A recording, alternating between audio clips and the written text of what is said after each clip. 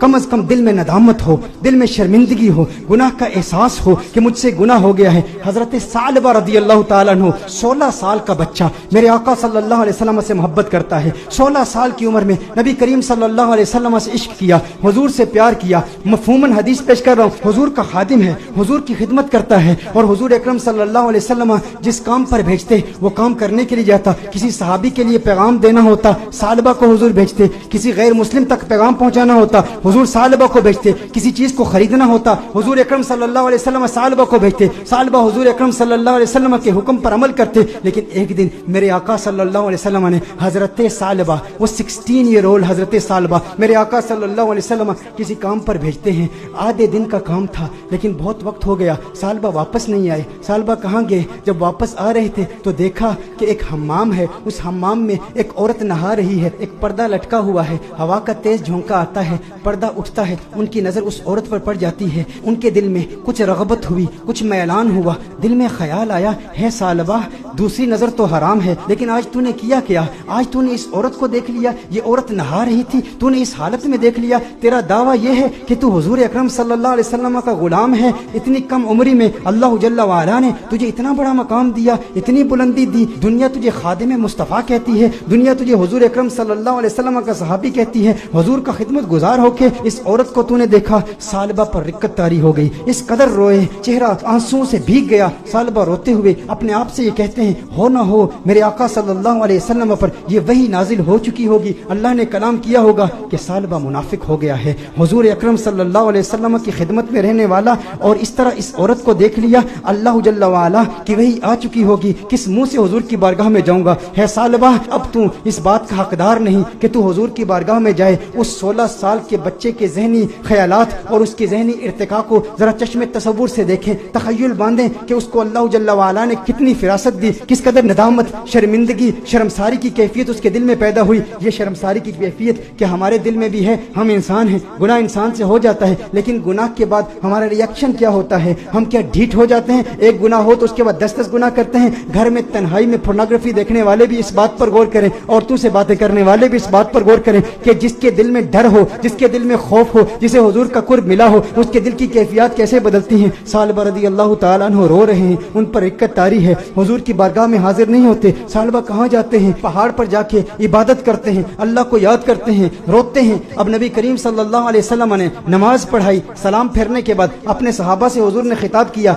है सहाबा सालबा कहाँ है? एक काम पर भेजा था। सहाबा अर्ज करते हैं, या रसूलुल्लाह सल्लल्लाहु अलैहि वसल्लम सालबा तो आधे दिन का काम था, अभी तक वापस आए नहीं, अभी वापस पहुंचे नहीं। नबी करीम सल्लल्लाहु अलैहि वसल्लम ने इरशाद फरमाया, तुम जाओ सालबा को तलाश करो। एक हफ्ता गुजर गया, सालबा नहीं मिल रहे, लोग सालबा रदी अल्लाह ताला अन्हु को तलाश कर रहे हैं। दूसरा हफ्ता गुजर गया, तीसरा हफ्ता गुजर गया। मेरे आका सल्लल्लाहु अलैहि वसल्लम ने हजरत फारूक आजम रदी अल्लाह ताला अन्हु और हजरत सलमान फारसी रदी अल्लाह ताला अन्हु जैसे जलीलुल कदर सहाबा का इंतखाब किया, कहा तुम जाओ उसे तलाश करो। मेरे आका सल्लल्लाहु अलैहि वसल्लम ने इन सहाबा किराम अलैहिम रिदवान को भेजा। अब ये सहाबा तलाश कर रहे हैं, 40 दिन हो गए, गलियों में तलाश कर रहे हैं, बाजारों में तलाश कर रहे हैं, देहातों में तलाश कर रहे हैं। आखिर वो वक्त आया कि जब वो शहर के मज़ाफात तक पहुंच गए, वहां पर बुलंद पहाड़ थे। चरवाहों को देखा, उनसे पूछा, कहा इतना कद है, इतनी उम्र है, रंगत ऐसी है, नकूश ऐसे हैं, क्या इस बच्चे को तुमने देखा है? ये बच्चा 40 दिन से गायब है, हमें नहीं मिल रहा। उन्होंने कहा, क्या तुम उस रोने वाले बच्चे का जिक्र करते हो,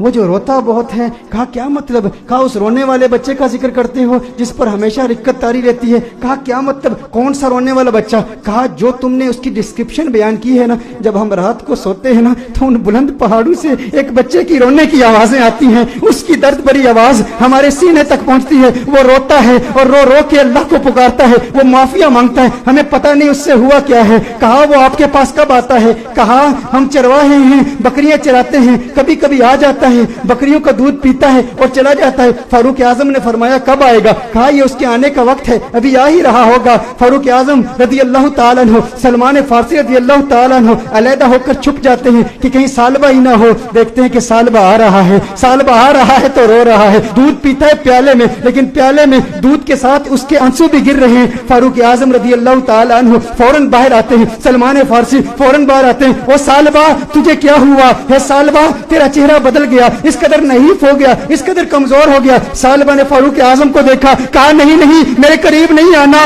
سالبہ منافق ہو گیا ہے, وہی آ گئی ہے, اللہ نے فرما دیا ہے. کہا کاہے کی باتیں کرتا ہے, کیسی باتیں کرتا ہے؟ کہا نہیں نہیں میں اس لائق نہیں کہ تم میرے قریب ہو جاؤ, میں جانتا ہوں حضور تک پیغام آ گیا ہے, میں ڈرتا ہوں. کہا سالبہ ہمارے ساتھ ہو. فاروق اعظم نے فرمایا ہمیں حضور کا حکم ہے. سالبہ نے بھاگنے کی کوشش کی. کہا کس منہ سے آقا کی بارگاہ میں جاؤں, اس چہرہ بددعا کو بھی دیکھتا ہوں اور ان حسیناؤں کو بھی دیکھتا ہوں. کہا سالبہ آقا کا حکم ہے. فاروق اعظم نے فوراً سالبہ کو پکڑا, حضور کی بارگاہ میں پیش کرتے ہیں. سالبہ کمرے میں جاتے ہیں, اس قدر بیمار ہیں, اس قدر کمزور ہو گئے ہیں, ایک صحت مند بچہ اس قدر کمزور ہو گیا رو رو کے. سالبہ رضی اللہ تعالیٰ عنہ 40 دن مسلسل پہاڑوں میں روتے رہے. اب کمزوری کی وجہ سے بیٹھ بھی نہیں سکتے, بستر پر لیٹ جاتے ہیں. اور پھر اس کے بعد میرے آقا صلی اللہ علیہ وسلم کمرے میں تشریف لاتے ہیں.